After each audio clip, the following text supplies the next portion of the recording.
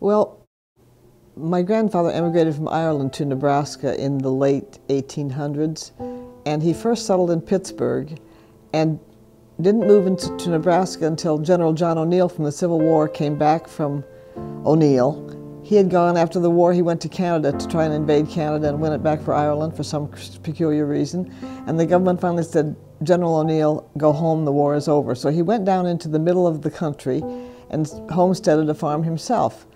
And then he came back to Pittsburgh where there was a colony of Irishmen, and he said to these, being a storyteller, he said to these people, there's a great town out there in Nebraska and you should come there. And so they got in their wagon. My grandfather brought his mother from Ireland and his three brothers, and they got in the wagon and went from Pittsburgh to Nebraska. There was nothing there with the barn, but a barn with the name O'Neill painted on it. So General John had kind of hoodwinked them. But my grandfather homesteaded there, and a homestead is, as you probably know, a square mile of land. You got a quarter section of that, and on the corner of that land, he built his house, and he built a schoolhouse for his kids to go to school. In an effort to get people to move to the Midwest, the government created the Homestead Act, which gave each person who settled there a claim of a quarter section of land. If you took a square mile and divided it up into 4 pieces, the quarter section is what they got for free, as long as they laid claim to it and they built a house on it. So my grandfather did that after he came with General John O'Neill, and he built his own house, which I grew up in, and the schoolhouse. He wanted his kids to have a school. No one else wanted to give up any part of their land to build a school on. They wanted to farm it all, but he gave up and he built his little schoolhouse there. He really believed in education, and in 1920 sent his daughters to college, a poor farmer from Nebraska, literally unheard of, but it was very important to him. So my becoming a teacher later on in life would have been an important issue for him. He built the schoolhouse, and my father went to school there, and I went to school there, and I went back and I taught school in that little schoolhouse. That little schoolhouse was important to us because the teacher then, we were the closest family to the school, so the teacher lived with us. During the winter when the roads were bad, she would live with us during the week, and then she'd go home on the weekends. So we had a very close ties with that little schoolhouse. It no longer stands, but I treasured the years that I taught there, and I went on to become a teacher, which was very important to my grandpa. The farm was important to us, of course, because it was our livelihood. I don't know how we survived economically because there was very little money in those days. A few years after my father was born, my father was the youngest of 4 kids, and a few years after he was born, his uncle, my grandfather's brother, was killed in a horse runaway accident. And being what neighbors did, he took those kids in as well. So my father was raised in a family of his own 4 brothers and sisters and 3 cousins that came to live with him. So we had a very difficult economic background, I'm sure, but we never felt deprived of anything. And having that schoolhouse and that farmstead there with all the neighbors who supported each other was a really important issue. It was very important for people to be giving and caring, very different than the world today.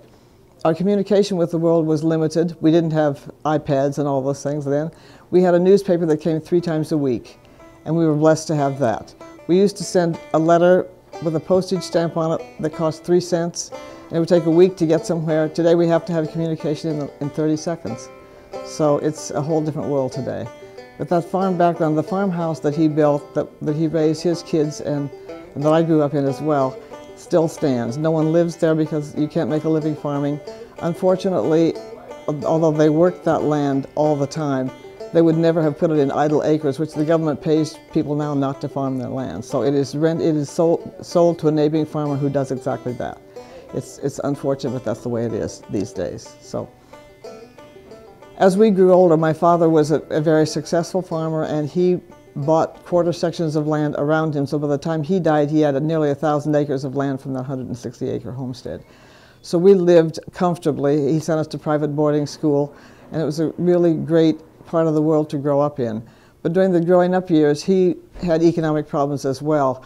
And during the Depression and Prohibition, there were neighbors that had neighboring stills, and my father used to make extra money by running the whiskey from those stills, and that's how he made his money, his little extra money. So he had a very peculiar background in terms of that.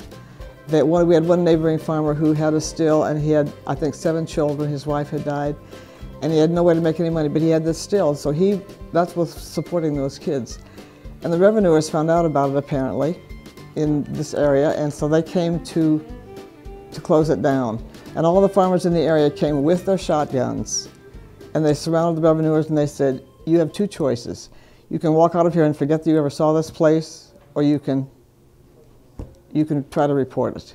They left, and nobody ever heard from them again. So this was the town that actually, the lawyer who tried successfully Al Capone grew up in my hometown. Bill Freilich was a very successful lawyer. He used to travel to Chicago once a week by train so that his family would be in a safe place. He'd go to Sioux City and then on to Chicago by train every week during those trials. And so I grew up with his kids. I grew up with General O'Neill's grandkids. So all of those people are near and dear to the history of the Midwest. I have kind of a funny job. I am a color consultant. And what I do is help people find something very personal in their lives to identify who lives in their house. I ask them to go to the closet, go to Aunt Martha's, find something that they wouldn't find in a store. And we focus on that. If it's a photograph, one of my clients got all of her grandmother's wedding pictures and we framed them and hung them in the dining room. It's a great history of her family. Sometimes it's a piece of furniture, but it's always something very personal. I have my grandfather's wedding picture from the 1890s hanging in my dining room, and it says hello to me every day when I come home. The schoolhouse that he built in my childhood, I have an architect's sketch of that, and that hangs in my office, which also makes my background very personal. I think everybody should have something in their lives that is a happy memory to greet them when they come home. So I do an interview with every client who comes in to ask them questions about their personal approach to color. We are privileged in this business to help people with the most private part of their lives, that's their homes. And I try and pick something out of that home that makes it feel very personal. When you step into a house, you should see something that I couldn't sell you, something that is so personal. So when I go into someone's home, I look for an antique, or I look for a picture of a family person, or something that says, this is who lives here.